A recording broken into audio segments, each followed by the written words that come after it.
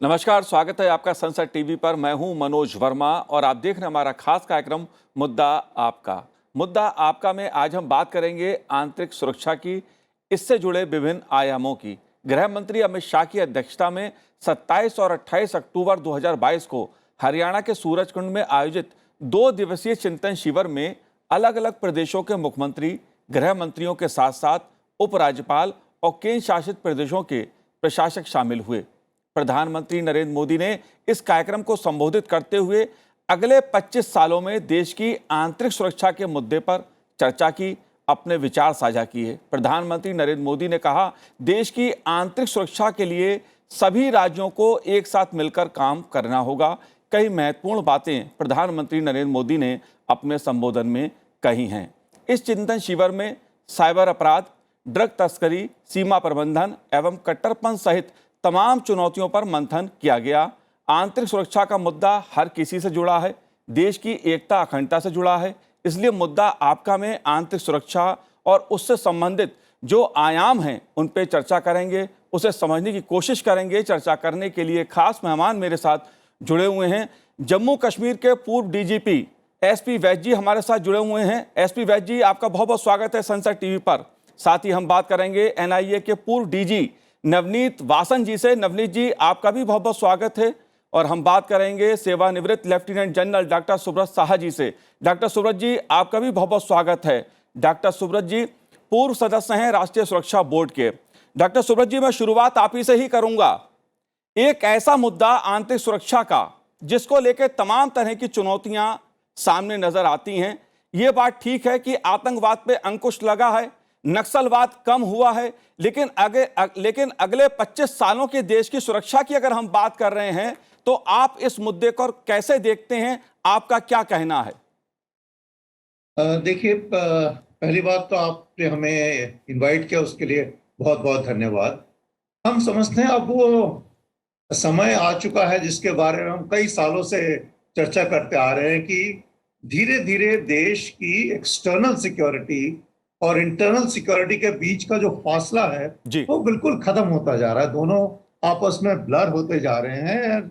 और चाहे आप इसको टेररिज्म के लिहाज से देखें, चाहे आप इसको साइबर के लिहाज से देखें, चाहे इसको आप ड्रग्स, गन रनिंग, नारकोटिक्स, किसी भी लिहाज से देखिए, सब आपस में बिल्कुल जुड़े हुए हैं। और जिस तरह से हम देख रहे हैं हमारे सामने में चीन बार बार यूनाइटेड नेशंस में जो पाकिस्तान स्पॉन्सर्ड टेररिस्ट हैं, जिनका बिल्कुल वर्ल्ड वाइड एस्टैब्लिश्ड रिकॉर्ड्स है, उसके बावजूद उनको टेररिस्ट डिक्लेयर करने में पाकिस्तान का साथ दे रहा है। सो जाहिर है कि एक्सटर्नल थ्रेट्स, इंटरनल थ्रेट्स में कोई खास फर्क नहीं है जी। और जिस तरह से जैसे पहले हम लोगों ने देखा है, चाहे वो 48 में, 47, 48 में, 65 में, 71 में, कारगिल के टाइम में, जब एक्सटर्नल थ्रेट देश के ऊपर आता है तो पूरा देश एकजुट हो जाता है। तो जाहिर है कि अभी इंटरनल सिक्योरिटी थ्रेट्स में भी पूरे देश को एकजुट होना होगा। और उस संदर्भ में अगर आप ये मीटिंग देखें, ये बहुत ही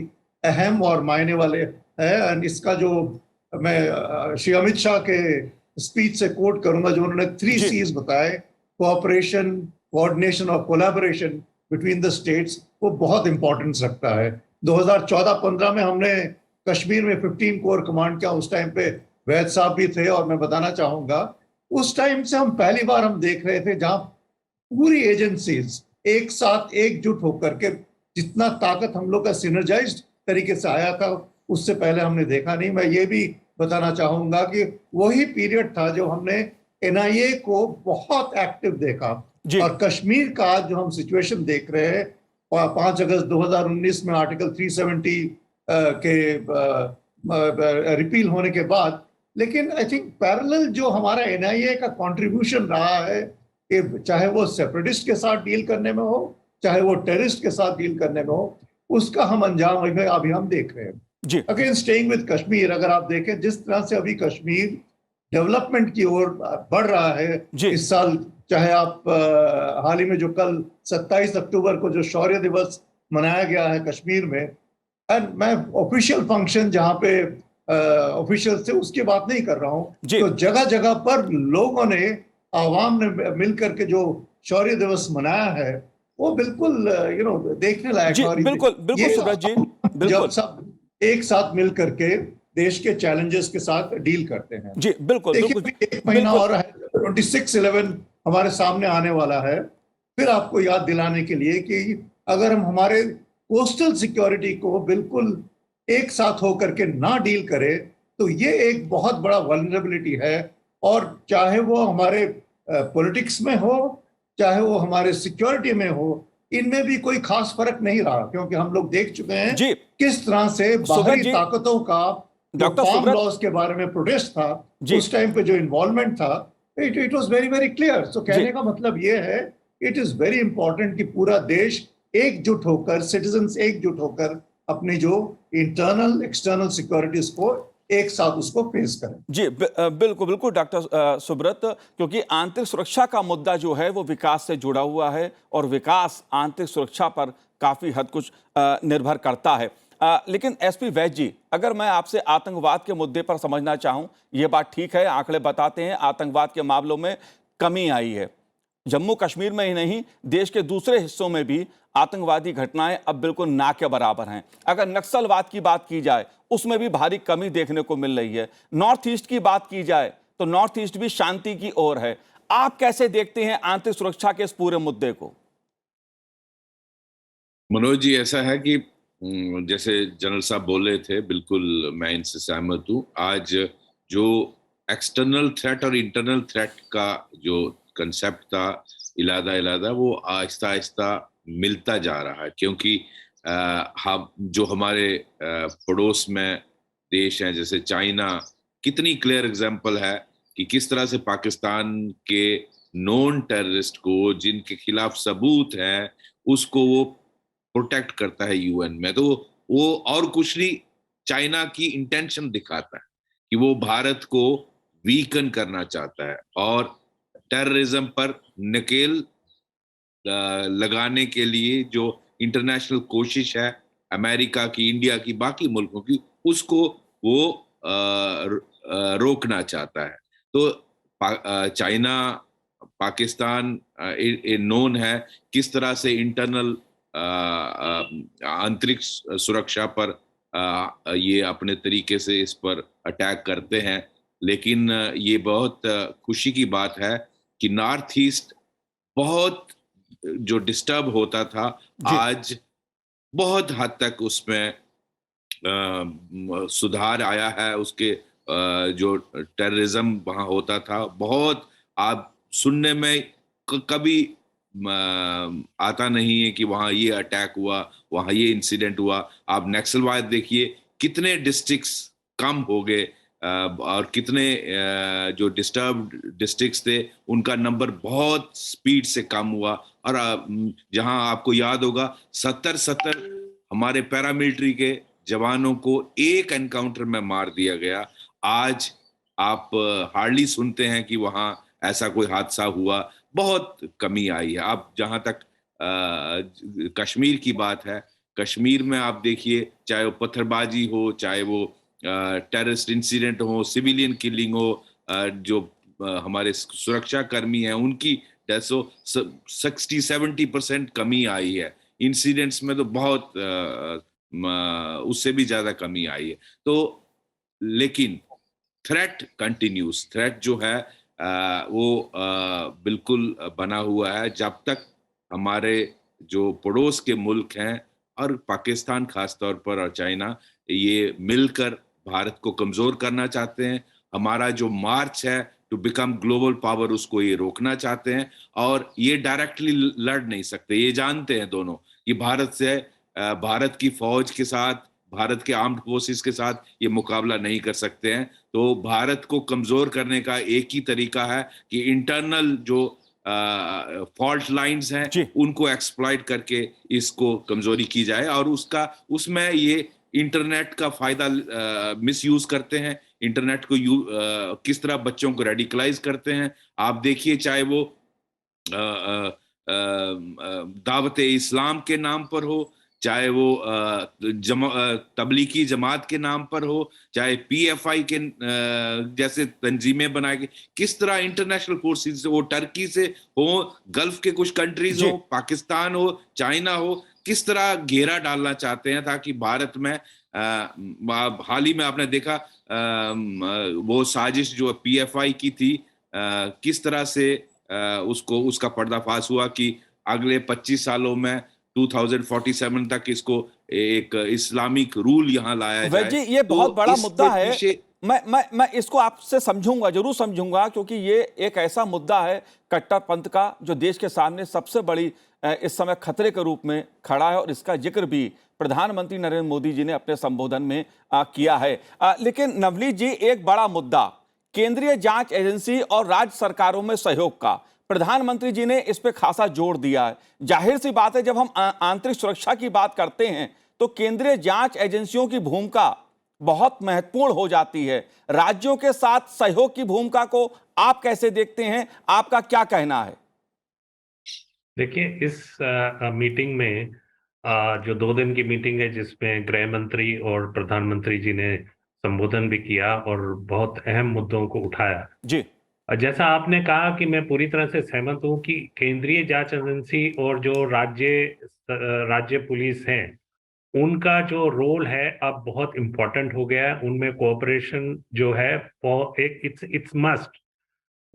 बिना राज्य पुलिस के कोऑपरेशन के सेंट्रल जांच एजेंसी ज्यादा काम नहीं कर सकती हैं, और राज्य पुलिस जो है बिना केंद्र की जो जांच एजेंसी है उनकी मदद के बिना काम नहीं कर सकती, क्योंकि जैसे प्रधानमंत्री ने भी अपने संबोधन में कहा, बाउंड्रीज चाहे वो स्टेट की हो चाहे वो राष्ट्र की हो अब लगभग खत्म हो गई हैं।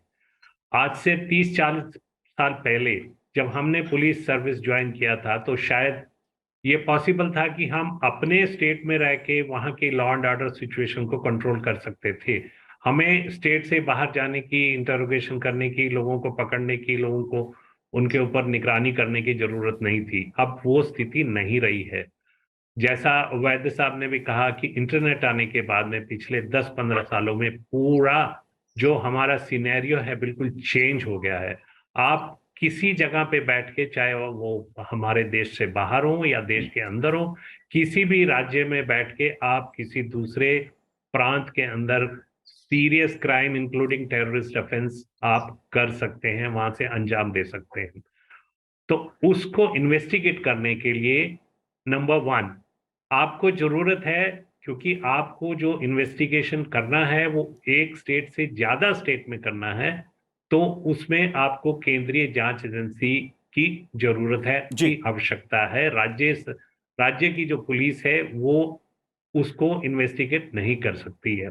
दूसरा, क्योंकि देश के बाहर से भी हर तरह की जो ताकतें हैं वो देश को कमजोर करने में क्रिया रहती हैं, तो बहुत बार हमको ऑफेंसेस की इन्वेस्टिगेशन देश के बाहर भी करनी पड़ती है जी। और देश के बाहर जो इन्वेस्टिगेशन है वो खाली केंद्रीय जांच एजेंसी ही कर सकती हैं।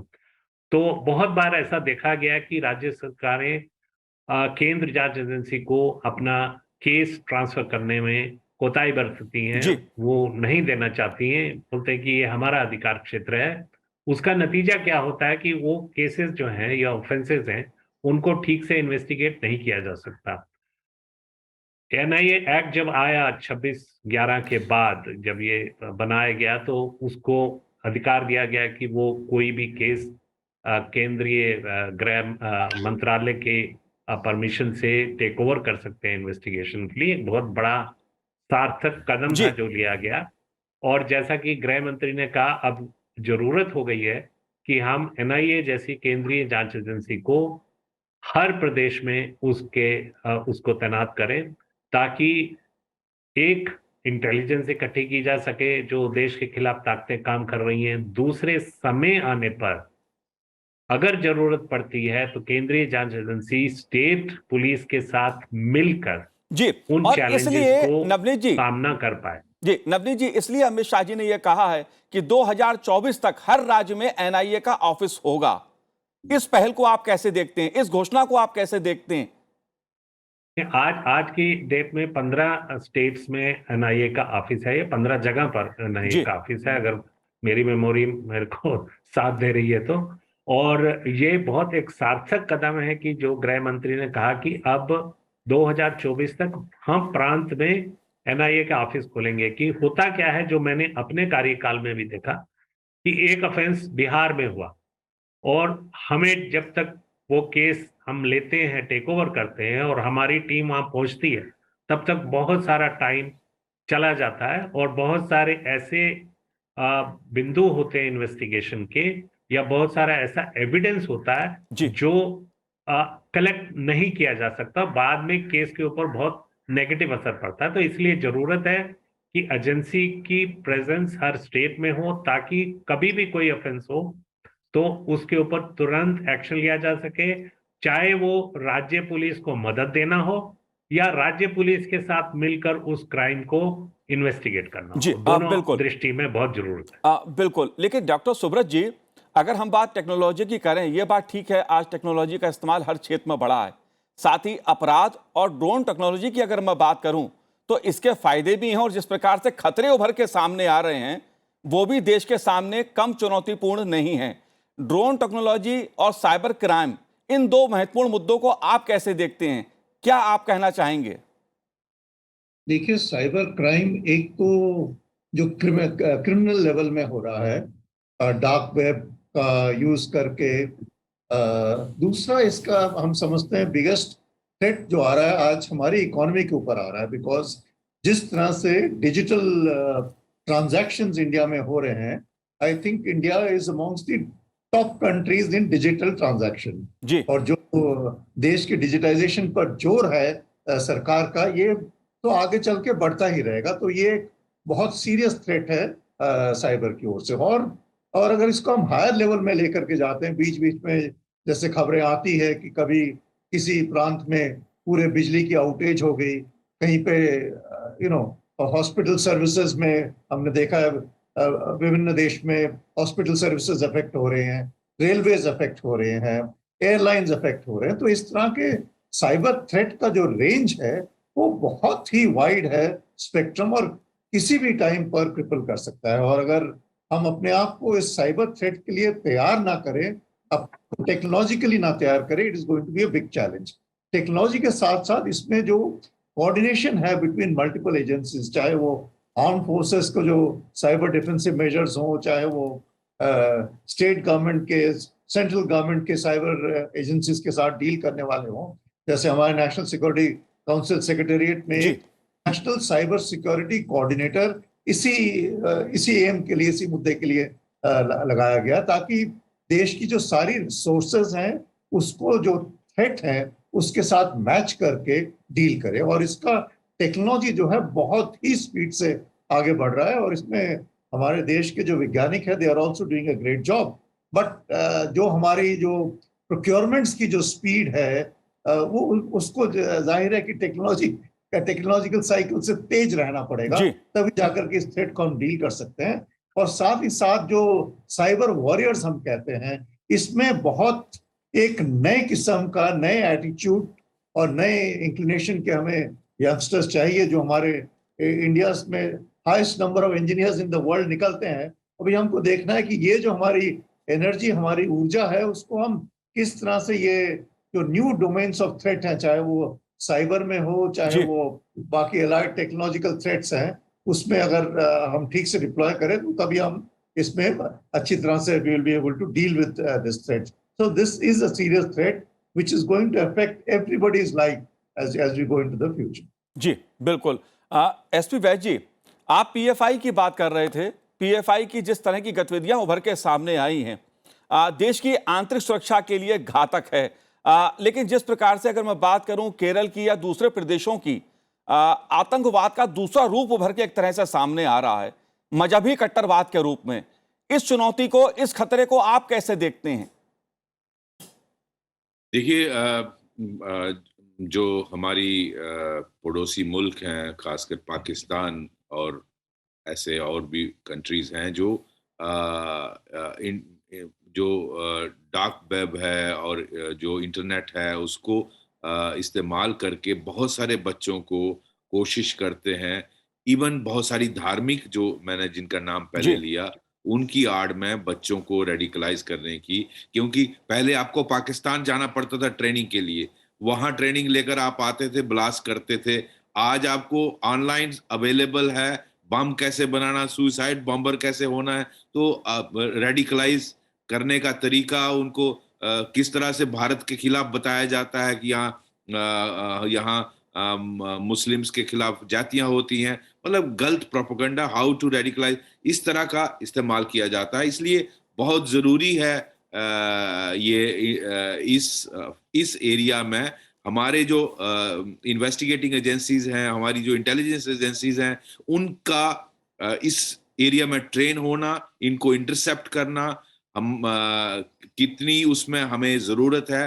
जैसे हमारे बासन साहब कह रहे थे, हमारा ये जो coordination between the central forces, central investigating agencies, NIA हो, मैं समझता हूँ एनआईए का बनना 2011 में एक लैंडमार्क था, और जो अभी ऑनरेबल होम मिनिस्टर साहब ने कहा इसमें हर स्टेट में इसका सेंटर बनाया जाएगा, ये बहुत बड़ा कदम है, क्योंकि टेररिज्म एक बहुत बड़ा थ्रेट है इंटरनेशनली इंडिया के लिए। इसके साथ साथ मैं समझता हूं जो नार्को टेररिज्म है उस पे भी आई थिंक हर स्टेट में हमारा ये होना चाहिए, coordination between the state police and जो सेंट्रल एजेंसीज हैं। साइबर क्राइम तो it has again already general Saha ने बोला किस तरह से एक बहुत बड़ा चैलेंज है। मैं समझता हूं एक बहुत अच्छा कोऑर्डिनेशन और डाटा बिल्डिंग, हमारे यहाँ डाटा बिल्डिंग बहुत कम है, इंडिया में उसकी जरूरत है। आपको जब सारा डिजिटल होगा तो आपको मैच किससे करना, आपके पास डाटा बैंक होना चाहिए, इस तरह के आपके इन्वेस्टिगेटर्स ट्रेन होने चाहिए, स्ट्रक्चरल चेंजेस की जरूरत है, आपके ट्रेनिंग की जरूरत है। बहुत सारे जो इन्वेस्टिगेटिंग एजेंसीज हैं, चाहे वो सेंट्रल हो, स्टेट हो, ये जो कोऑपरेशन, कोऑर्डिनेशन एंड कोलैबोरेशन जो ऑनरेबल होम मिनिस्टर साहब ने बोला बहुत जरूरी है, क्योंकि आपने देखा किस तरह से बिहार पुलिस और महाराष्ट्र पुलिस का आपस में प्रॉब्लम हुआ पीछे कुछ महीने पहले, वो चीजें नहीं होनी चाहिए। तो उसके लिए जरूर आपने देखा किस तरह आसाम पुलिस के साथ मणिपुर या उनका इशू बना, नागालैंड का, वो चीजें नहीं होनी चाहिए। तो इसलिए अगर आपको थ्रेट्स को फेस करना है तो you have to work as one team. जी, और एक देश और एक पुलिस की बात भी जिस तरह से आई है सामने उभर के, उसको भी मैं समझने की आपसे कोशिश करूंगा। लेकिन नवनीत जी, पहले मैं आपसे ये जानना चाहता हूं कि जो एक मुद्दा उभर के आया इस बैठक में कि देश में कई एनजीओ धर्मांतरण और विकास की राह में रोड़ा डालने के लिए विदेशी फंड का दुरुपयोग कर रहे हैं, इस मुद्दे को आप कैसे देखते हैं? क्योंकि विदेशी फंड के आधार पर देश में आंतरिक सुरक्षा को जो खतरा पैदा किया जा रहा है वो भी अपने में एक बहुत बड़ा मुद्दा रहा है। देखिए, ये आपने बहुत अहम इशू उठाया कि बहुत सारे एनजीओ हैं जो एक पर्दे के पीछे कुछ और काम करते हैं। उनका जो डिक्लेयर्ड एजेंडा होता है वो कुछ और होता है, लेकिन जो एक्चुअल में वास्तव में वो काम करते हैं वो कुछ और होता है। और उसके पीछे कुछ विदेश जो जो जो बाहर के देश हैं, जो हमारे भारत की तरक्की नहीं चाहते हैं, वो लोग उनको फंड करते हैं और उस फंड से इनडायरेक्टली हमारे देश के अंदर लोगों के बीच में एक बंटवारे की कोशिश की जाती है और रिलीजियस जो एक होता झगड़े को उसको बढ़ाने की कोशिश की जाती है। और ये बहुत जरूरी है, और उसको अगर हमें रोकना है तो उसके लिए सब राज्यों के अंदर एक तालमेल होना चाहिए।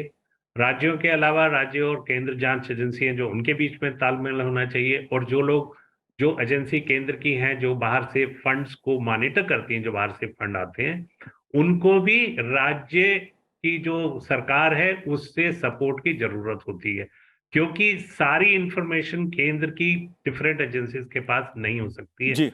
और हर राज्य की ये ड्यूटी है कि वो उनके यहाँ पे जो इंफॉर्मेशन है, जो देश के खिलाफ लोग काम कर रहे हैं, वो इंफॉर्मेशन वो केंद्रीय जांच एजेंसियों से साझा करें।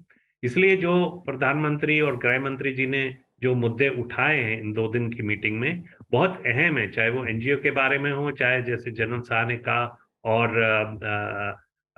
एसपी वैद साहब ने कहा, साइबर क्राइम का मुद्दा है। जी आज जैसे हम जानते हैं कि बहुत सारे छोटे छोटे गांव से डिजिटल ट्रांजैक्शंस के माध्यम से बहुत लोगों को लूटा जा रहा है, आम आदमी को लूटा जा रहा है, और वो इन्वेस्टिगेशन इसलिए नहीं हो पाता है क्योंकि जांच एजेंसियों के बीच में तालमेल नहीं है।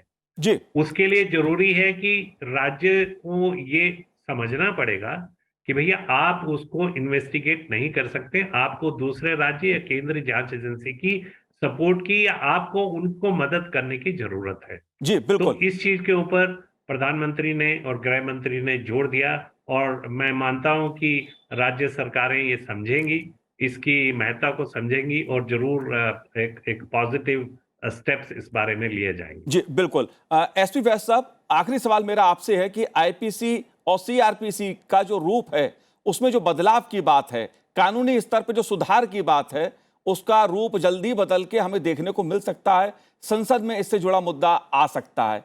क्या अहम मुद्दा आप देखते हैं? मनोज जी, बहुत इम्पोर्टेंट है। देखिए, सीआरपीसी जब बनाया गया था तो तब से आप देखिए 75 साल हो गए। इस पीरियड में बहुत सारी चेंजेस आई हैं।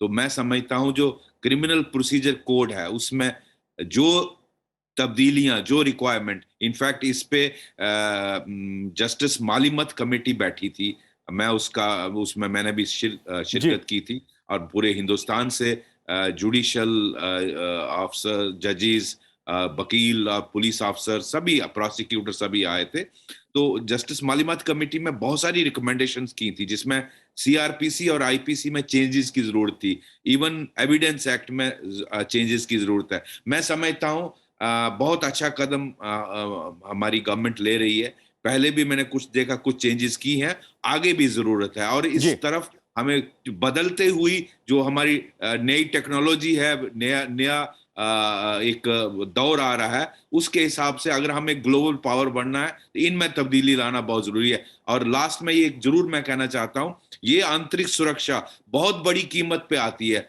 आपको मैं बताना चाहता हूं और देशवासियों को, 35,000 policemen have laid down their life to maintain normalcy, internal security। ये कुर्बानी है, बहुत बड़ी कुर्बानी है, और बहुत बड़ी कीमत देनी पड़ती है। हाँ बिल्कुल, इसमें कोई दो राय नहीं है कि देश के जो जवान हैं, जो सेना है हमारी, उसकी जो कुर्बानी है, उसी के बल पर देश आगे बढ़ता है, मजबूत होता है। इसलिए आंतरिक सुरक्षा का मुद्दा बेहद अहम है देश के लिए, और इसलिए केंद्र सरकार ने इस मुद्दे पर एक विचार मंथन किया। जो आंतरिक सुरक्षा से जुड़े अलग अलग आयाम हैं, उस पर चर्चा की गई इस चिंतन शिविर में।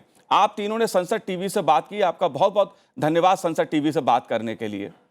तो आज इस कार्यक्रम में इतना ही, मुझे दीजिए आज्ञा, नमस्कार।